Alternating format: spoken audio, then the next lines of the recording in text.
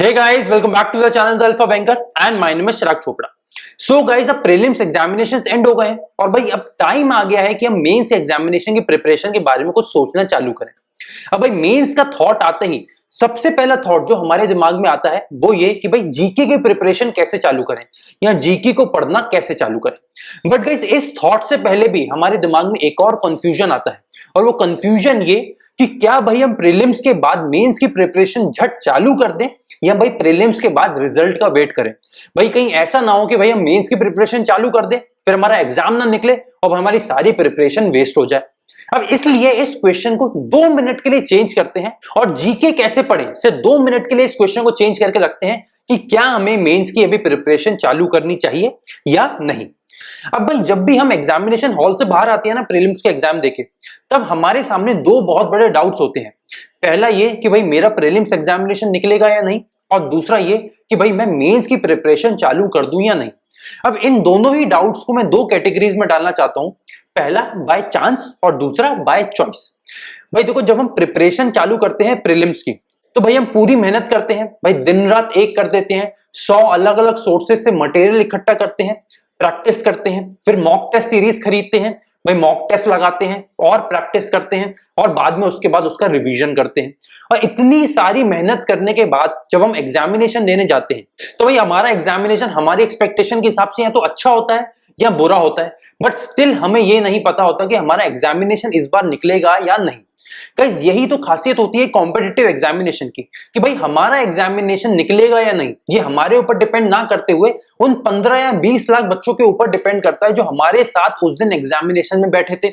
मतलब एग्जामिनेशन निकलेगा या नहीं, आपका कट ऑफ के अंदर नाम आएगा कि नहीं, आपका स्कोर ज्यादा होगा कि नहीं, ये कुछ भी आपके हाथ में नहीं है। बिकॉज कहीं नॉर्मलाइजेशन आ जाएगा, कहीं बहुत अच्छे अच्छे बच्चे एग्जामिनेशन देने आ जाएंगे, तो भाई फाइनल रिजल्ट हमारे हाथ में नहीं है। तो फर्स्ट कैटेगरी हो गई बाय चांस।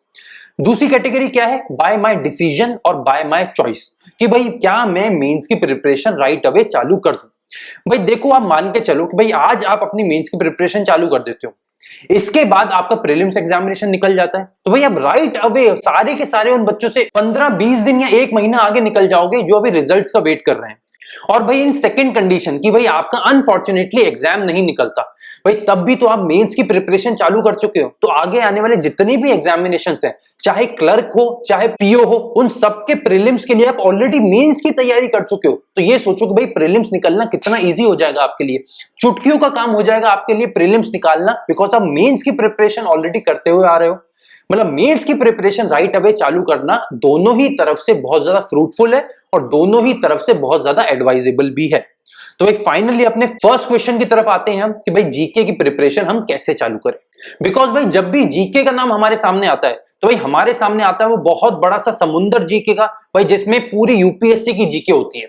बट भाई ये एग्जामिनेशन बैंक या इंश्योरेंस का है, ये यूपीएससी का एग्जामिनेशन नहीं है, तो हमें इतने बड़े समुंदर को नहीं पढ़ना है। भाई इस समुंदर में से मुझे वो 4 बूंदे पढ़नी है और उन 4 बूंदों को पढ़ के मैं बहुत इजीली बैंकिंग या इंश्योरेंस एग्जामिनेशन के जीके के सेक्शन में 30+ मार्क्स स्कोर कर सकता हूं। अब भाई आप लोग बोलोगे कि सर अगर इतनी इजी बात है तो क्यों इतने सारे बच्चों को प्रॉब्लम आती है और क्यों कोई बच्चे ये 4 बूंद पढ़ के अपना इतना स्कोर को बूस्ट नहीं करते। भाई वही तो यहां बात है कि भाई बच्चे गलत गाइडेंस की वजह से, गलत डायरेक्शन की वजह से इतनी उल्टी सीधी चीजें पढ़नी चालू कर देते हैं जीके में कि भाई जो चीजें आपके एग्जामिनेशन में आएंगी भी नहीं उन पे इतना ज्यादा फोकस करते हैं कि मेन चीजों पर फोकस करना ही छोड़ देते हैं। भाई पढ़नी वो 4 बूंदे हैं, पढ़ने वो छोटा सा सेक्शन है और पढ़ने वो समुंदर लग जाते हैं जो एग्जामिनेशन में आने ही नहीं वाला। तो भाई एग्जामिनेशन में क्या क्या आता है, मैं देखो अगर एग्जामिनेशन की बात करें तो एग्जामिनेशन में टोटल 3 सेक्शन पूछे जाते हैं, बैंकिंग और financial awareness, current affairs and static awareness. भाई ये 3 ही टॉपिक्स हैं जो आपके एग्जामिनेशन में पूछे जाएंगे, चौथा टॉपिक ही नहीं है जो आपके एग्जामिनेशन में जीके के सेक्शन में पूछा जाए। तो भाई अब ये 3 टॉपिक्स में क्या क्या आता है हमें ये देखना है। तो भाई एक एक करके तीनों सेक्शंस को देख लेते हैं। भाई सबसे पहले बात करते हैं करंट अफेयर्स की। तो भाई करंट अफेयर्स में क्या क्या पूछा जाता है। मैं देखो करंट अफेयर्स की बात करें तो everything that you encounter is newspaper is current affairs. भाई जो भी चीज आपके न्यूज़पेपर में आती है वो आपकी करंट अफेयर्स होती है। बट भाई देखो बैंकिंग या इंश्योरेंस एग्जामिनेशन में जो जीके आपसे पूछी जाती है ना, वो बिल्कुल बेसिक न्यूज पे बेस्ड होती है। भाई मैं उसको हमेशा बोलता हूं हेडिंग न्यूज। हेडिंग न्यूज का मतलब भाई अगर वो न्यूज इतनी इंपॉर्टेंट है कि वो किसी न्यूज़पेपर की हेडिंग बन सके या उसकी हेडलाइन बन सके, तब वो आपके जीके के सेक्शन में आने के लिए एलिजिबल है, वरना नहीं है। इसका मतलब क्या है, अगर कोई न्यूज इतनी इंपॉर्टेंट है, चाहे नेशनली चाहे इंटरनेशनली चाहे स्टेट की कोई न्यूज हो, बट वो न्यूज इतनी बड़ी है कि किसी भी न्यूज़पेपर की एक हेडिंग बन सकती है, तो उस न्यूज को आपको अच्छे से रीड करना है, नहीं तो आप उस न्यूज को इजीली स्किप कर सकते हो। अब भाई करंट अफेयर्स में इंपॉर्टेंट टॉपिक्स क्या क्या है। भाई सबसे पहला पॉइंट आता है पर्सन्स इन न्यूज। भाई जो जो लोग न्यूज में आते हैं। अब भाई न्यूज में तो हर दूसरा बंदा आता है आजकल, तो भाई क्या हमें वो हर दूसरे बंदे का नाम याद रखना है? भाई ऐसा हमें बिल्कुल नहीं करना है। अगर वो जो पर्सन न्यूज में है वो किसी इंटरनेशनल फेम का है या वो किसी नेशनल फेम का है या उन्होंने इतना कोई बड़ा काम किया है, चाहे वो किसी भी ऑर्गेनाइजेशन का हो या किसी भी सेक्टर का हो। भाई अगर फॉर एग्जांपल मैं बात करूं तो अभी एक बहुत रीसेंट की न्यूज है कि नासा एक इंडियन ओरिजिन की विमेन को अब अगली स्पेस फ्लाइट पे भेजने वाली है। मतलब इंडियन ओरिजिन की एक पर्सन, एक विमेन नासा का स्पेस रिसर्च का पार्ट होने वाली है। तो वो उस लेडी का नाम, उन लेडी का ओरिजिन, ये आपको सब चीजें याद होनी चाहिए। इसके साथ और क्या इंपॉर्टेंट है भाई, देखो अभी अगर आप स्पोर्ट्स की बात करो तो स्पोर्ट्स में बहुत अलग अलग नए नए पर्सनालिटीज उभर के आ रहे हैं। भाई अगर मैं रिसेंट में बात करूं तो इंडियन एक गोल्फर है, लेडी गोल्फर या बोले विमेन गोल्फर, जिन्होंने फर्स्ट टाइम एवर ओलंपिक्स के लिए क्वालिफाई करा इंडिया से। तो उनका नाम बहुत इंपॉर्टेंट है बिकॉज वो फर्स्ट एवर ऐसी लेडी बनी है जो इंडिया की तरफ से गोल्फ को रिप्रेजेंट करेंगी ओलंपिक्स में। और क्या हो सकता है भाई, और एक और लेडी है जो एथलेटिक्स में वर्ल्ड रैंकिंग नंबर 1 पर पहुंच गई है, तो भाई उनका नाम याद रखना बहुत इंपॉर्टेंट है। तो आप समझ गए होंगे यहां तक कि भाई हमें किस टाइप के लोगों को नाम याद रखना है जो बहुत इंपॉर्टेंट होते हैं इंटरनेशनली या नेशनली। फाइन।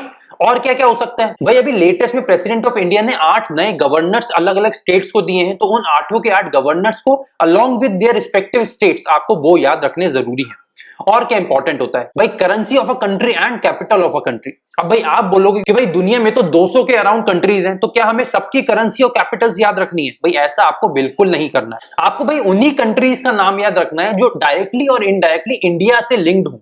इसका मतलब क्या है भाई, अलग अलग एमओयू साइन करे हैं किसी कंट्री ने, या हो सकता है किसी कंट्री ने इंडिया को किसी सेक्टर में हेल्प करने का बोला हो, चाहे वो एग्रीकल्चर हो या डिफेंस हो, या हो सकता है किसी कंट्री को इंडिया हेल्प कर रहा हो। जैसे बहुत सारी छोटी छोटी कंट्रीज होती हैं जिसको आप कोरोना के टाइम में इंडिया ने फाइनेंशियल या इकोनॉमिकल हेल्प के बारे में बोला है, तो उन सारी कंट्रीज का आपको कैपिटल और करेंसी याद रखना है। ठीक है। और क्या इंपॉर्टेंट है, एमओयूज। जितने भी इंपॉर्टेंट एमओयूज हैं वो सारे आपको याद रखने हैं अलोंग विद देयर कंट्रीज, और जिन कंट्रीज का याद रखोगे उनकी वही करेंसी और कैपिटल अगेन बहुत इंपॉर्टेंट हो जाती है। ऐसे ही फेमस बुक्स आरबीआई की न्यूज। भाई आरबीआई की न्यूज तो भाई आपके फाइनेंशियल अवेयरनेस में भी बहुत इंपॉर्टेंट है, और वही सेम चीज करंट अफेयर्स में भी आती है। भाई आरबीआई की हर न्यूज को आपको बारीकी से समझना है, और कहीं कोई ऐसी न्यूज है जो बहुत इंपॉर्टेंट है आजकल के सिनेरियो के हिसाब से, तो भाई आपको वो चीज भी याद रखनी है। भाई देखो अगर अभी का टाइम देखें तो भाई कोरोना टाइम में आरबीआई ने बहुत अलग अलग सेक्टर्स को सपोर्ट प्रोवाइड करा है। फॉर एग्जाम्पल माइक्रो स्मॉल या मीडियम एंटरप्राइजेस, या इसी के साथ साथ एनबीएफसी या अलग अलग स्मॉल फाइनेंस बैंक्स, इन सबको आरबीआई की तरफ से बहुत सारे रिलैक्सेशंस मिले हैं। तो वो सारी न्यूज आपको याद रखनी है। इसके साथ इकोनॉमिक न्यूज तो ऑलरेडी मैं पहले ही बोल चुका हूं कि आपको समझनी पड़ेगी और याद रखनी पड़ेगी। इसके साथ इंटरनेशनल या नेशनल इंपॉर्टेंस वाले अवार्ड्स। भाई फॉर एग्जाम्पल मैं बोलूं, जैसे इंडिया की बात करें तो खेल रत्न हो गया, या द्रोणाचार्य अवार्ड हो गया, या भारत रत्न, भारत विभूषण, भारत भूषण। अगर इंटरनेशनली बात करूं तो ऑस्कर किस फिल्म को मिला है, किस एक्टर को मिला है, किस एक्ट्रेस को मिला है, बाफ्टा टीवी अवार्ड्स किसको मिले हैं, या इसके साथ साथ बहुत अलग अलग टाइप के अवार्ड्स होते हैं, वो सारे के सारे अवार्ड्स आपको याद रखने हैं। स्पोर्ट्स न्यूज की हम ऑलरेडी बात कर चुके हैं। डिफेंस न्यूज बहुत इंपॉर्टेंट है बिकॉज आजकल के टाइम में चाइना और पाकिस्तान दोनों ही इंडिया को डिफेंस फ्रंट पे बार बार चैलेंज कर रहे हैं, तो इसलिए डिफेंस न्यूज भी बहुत इंपॉर्टेंट हो जाती है हमारे लिए।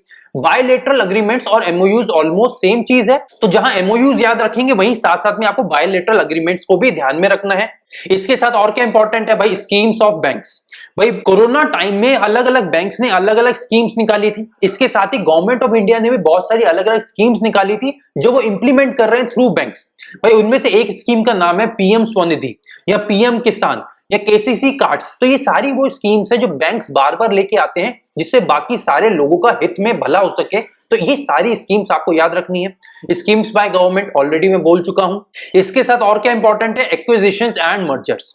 अब एक्विजिशन एंड मर्जर्स आपको सारे ऑल अलोंग द वर्ल्ड याद रखने हैं। इसके साथ ही अगर इंडिया में बात करें तो इंपॉर्टेंट मर्जर एक्विजिशंस क्या है, सारे बैंक्स के। भाई जितने भी पब्लिक सेक्टर बैंक्स हैं उनके बहुत सारे मर्जर्स और एक्विजिशंस हुए हैं, तो वो सारे बैंक्स के नाम आपको याद रखने हैं।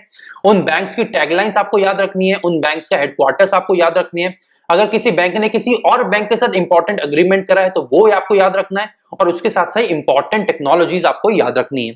फॉर एग्जांपल आर्टिफिशियल इंटेलिजेंस हो गया, या सोलर पावर, विंड पावर में अलग अलग टेक्नोलॉजीज हो गई, या बैंकिंग सेक्टर में ही अलग अलग नई नई टेक्नोलॉजीज आती जा रही हैं, तो उन सबको आपको याद रखना है।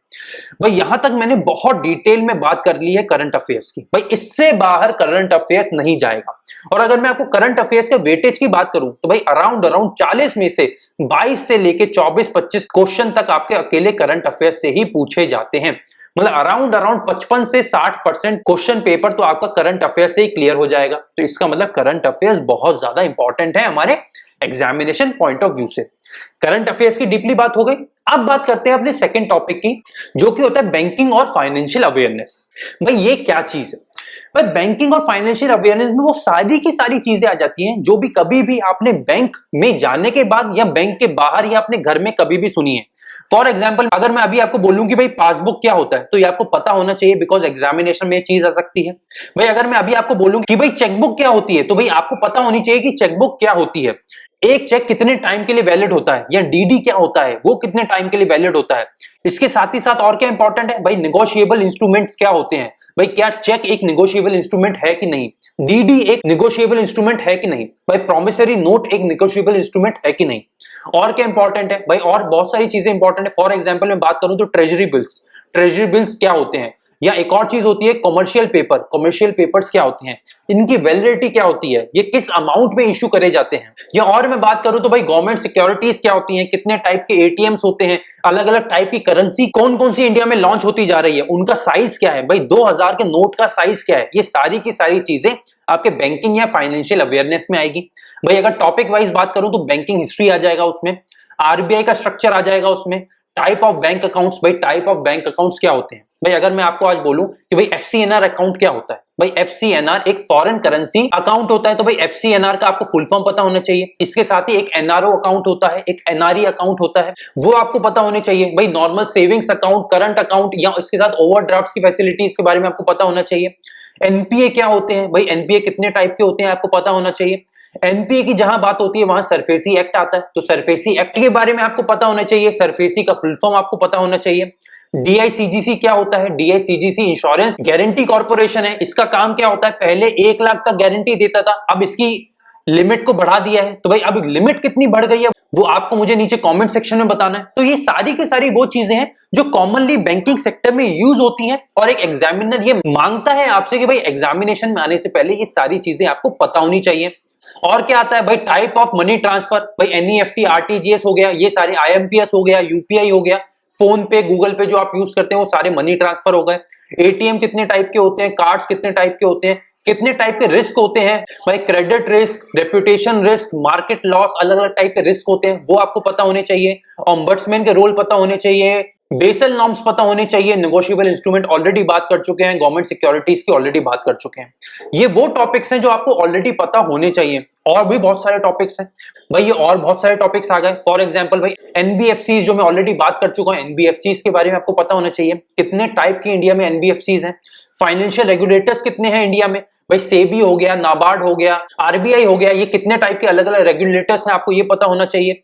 कितने टाइप के फाइनेंशियल इंस्टीट्यूशंस होते हैं ये आपको पता होना चाहिए। गाइस ये वो सारे टॉपिक्स हैं कुल मिलाकर जो भी आपको पता होने चाहिए। भाई एक एग्जॉस्टिव लिस्ट है, बट ये वो सारे टॉपिक्स हैं जो दिखने में बहुत ज्यादा लग रहे हैं, बट बहुत छोटे छोटे टॉपिक्स हैं। भाई अगर आप डेली 1 घंटा भी दोगे तो भाई मुझे लगता है कि 10 से 15 दिन में आप इजीली पूरी बैंकिंग या फाइनेंशियल अवेयरनेस को by topic 1 by 1 easily complete कर लोगे। ये इतने छोटे टॉपिक्स होते हैं। अब भाई अगर इसकी इंपॉर्टेंस की बात करूं तो भाई कितना इंपॉर्टेंट टॉपिक है भाई, अराउंड 10 से लेके 12 क्वेश्चन तो बैंकिंग या फाइनेंशियल अवेयरनेस के आपके पेपर में आने ही वाले हैं। मतलब आउट ऑफ 40 क्वेश्चन 10 से 12 क्वेश्चन तो आपको डायरेक्टली बैंकिंग फाइनेंशियल अवेयरनेस के देखने को मिल जाएंगे। तो ये इतना इंपॉर्टेंट टॉपिक है और टॉपिक्स यही सारे हैं भाई, जो जो मैंने आपको दिखा दिया, ये लिस्ट 1 है, ये लिस्ट 2 है, ये 2 पेज की लिस्ट है, ये सारे एग्जॉस्टिव टॉपिक्स हैं। अगर ये सारे टॉपिक्स आपने पढ़ लिए तो मार्क माय वर्ड्स, आपका पूरा बैंकिंग और फाइनेंशियल अवेयरनेस कंप्लीट हो गया, संपला हो गया, समाप्त हो गया, फिनिश हो गया। ठीक है, मतलब यहां तक हमारी बात हो गई बैंकिंग और फाइनेंशियल अवेयरनेस की। अब बात करते हैं अपने थर्ड टॉपिक की, स्टैटिक अवेयरनेस। अब भाई स्टैटिक अवेयरनेस आपको कहां से पढ़ना है भाई? देखो अगर मेरी मानो तो भाई मैं तो स्टैटिक अवेयरनेस पढ़ के ही नहीं जाता था। क्यों? बिकॉज मैं कभी भी स्टैटिक अवेयरनेस को स्टैटिक अवेयरनेस की तरह नहीं पढ़ता था। भाई देखो स्टैटिक अवेयरनेस में क्या आता है भाई, जितनी भी चीजें आपकी करंट अफेयर्स में आ सकती है ना, उन सारी चीजों को आप रिलेट करो और उनका स्टैटिक पार्ट निकालो।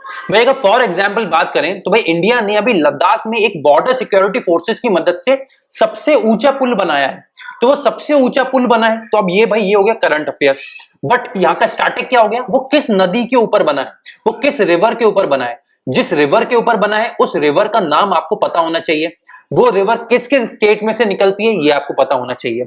अब और क्या हो सकता है भाई, अगर कोई कंट्री आई है जिसका इंडिया के साथ किसी एमओयू को साइन करा, जैसे ही किसी कंट्री ने इंडिया के साथ एमओयू साइन करा, आपको उसकी कैपिटल और करेंसी याद करनी है, ये भी एक स्टैटिक पार्ट का पोर्शन हो गया। इसके साथ और क्या है भाई, और इंपॉर्टेंट ऑर्गेनाइजेशंस अगर हम देखें भाई, अगर मैं यूनाइटेड नेशंस की बात करूं तो भाई आपको ये पता होना चाहिए कि भाई अगर कहीं पे भी यूनाइटेड नेशंस कुछ कर रहा है, या इसके साथ अगर एक बहुत इंपॉर्टेंट आजकल के टॉपिक की बात करूं तो भाई वो हो गया हमारा WHO, वर्ल्ड हेल्थ ऑर्गेनाइजेशन। भाई कोरोना का टाइम है तो आप लोग ऑलमोस्ट हर दूसरे दिन WHO को नाम सुनते होंगे। तो भाई WHO क्या हो गया भाई, ये हो गया हमारा करंट अफेयर्स से रिलेटेड। भाई WHO जो नई नई मॉडिफिकेशंस लेके आ रहा है, एडवांसमेंट्स लेके आ रहा है, वो हो गया मेरा करंट अफेयर्स। बट उसी के साथ साथ भाई WHO के बारे में आपको भी पढ़ना है। भाई WHO का हेडक्वार्टर कहां है, भाई WHO का प्रेसिडेंट कौन है, भाई WHO के कितने अलग अलग पार्ट्स हैं, ये सारी की सारी बातें आपको पता होनी चाहिए और ये सारी की सारी चीजें आपकी स्टैटिक अवेयरनेस में कवर हो जाएंगी। तो समझ रहे हैं आप बात? भाई आपको स्टैटिक पोर्शन नहीं पढ़ना है, जो करंट पोर्शन आ रहा है, करंट अवेयरनेस का पार्ट है, आपको उसी की हिस्ट्री थोड़ी पढ़ लेनी है और उसी चीज को हम बोल रहे हैं यहाँ पे स्टैटिक अवेयरनेस। उससे ज्यादा एग्जामिनेशन में नहीं पूछा जाता। भाई अपना फालतू दिमाग मत लगाओ, अलग अलग नदियों के नाम, नहरों के नाम याद रखो, या अलग अलग डैम्स के नाम याद रखो, या अलग अलग जगहों के प्रेसिडेंट प्राइम मिनिस्टर के नाम याद रखो, ऐसा मत करो। जो भी चीज करंट अफेयर्स में इंक्लूड हो रही है, करंट अफेयर्स के लिए इंपॉर्टेंट है, वो हर चीज को आपको स्टैटिक अवेयरनेस में उसको इंक्लूड करो। मैंने आपको तरीका बताया कि कैसे आपको लिंक करते हुए करंट अफेयर्स के बैकग्राउंड में जाके उसका स्टैटिक पार्ट उठा लेना है। ठीक है भाई, मतलब स्टैटिक पार्ट आपको स्टैटिक पार्ट की तरह नहीं पढ़ना है, आपको करंट अफेयर्स का बैकग्राउंड को कवर करते हुए स्टैटिक अवेयरनेस के पोर्शन को कवर करना है। फाइन गाइस, तो यहां तक हमने बात कर ली कि भाई आपको जीके का पोर्शन कैसे कवर करना है। अब गाइस अगर आपको यहाँ पे स्टिल कोई डाउट रहता है तो भाई नीचे कमेंट सेक्शन आप लोगों के लिए हमेशा खुला है। इसके साथ ही साथ टेलीग्राम चैनल हमेशा आपके लिए खुला है। इसके साथ ही साथ भाई व्हाट्सएप का भी नंबर है जो आपको अलग पुरानी वीडियोस में देखने को मिल जाएगा। तो अगर आपके व्हाट्सएप नंबर नहीं है और आप मुझसे 1-to-1 कॉन्टेक्ट करना चाहते हैं तो भाई किसी भी पुरानी वीडियो में जाके आप व्हाट्सएप नंबर भी वहां से ले सकते हैं और मुझे फिर व्हाट्सएप पे कॉन्टेक्ट कर सकते हैं। फाइन गाइस, तो भाई आई एम प्रीटी श्योर कि आज आपके जीके के रिगार्डिंग सारे के सारे डाउट्स एंड हो गए होंगे। अगर स्टिल डाउट्स रहते हैं तो भाई ये सारे एवेन्यूज आपके लिए ओपन है। ध्यान रखो भाई, पढ़ाई अपनी करते रहो, मेंस की प्रिपरेशन राइट अवे चालू कर दो। परेशान मत हो, ये मत सोचो भाई रिजल्ट क्या रहेगा, वो हमारे हाथ में नहीं है। जैसे कि हम ऑलरेडी बात कर चुके हैं, that thing is by chance and not by our choice. इसी थॉट के साथ आपको छोड़ के जा रहा हूं। प्रिपरेशन अपनी चालू रखना, अपना ध्यान रखना। कोरोना टाइम चल रहा है, घर में रहना, घर से बाहर मत निकलना, सैनिटाइज करते रहना, बिना मास्क के बाहर मत निकलना। Take care, see you in the next video.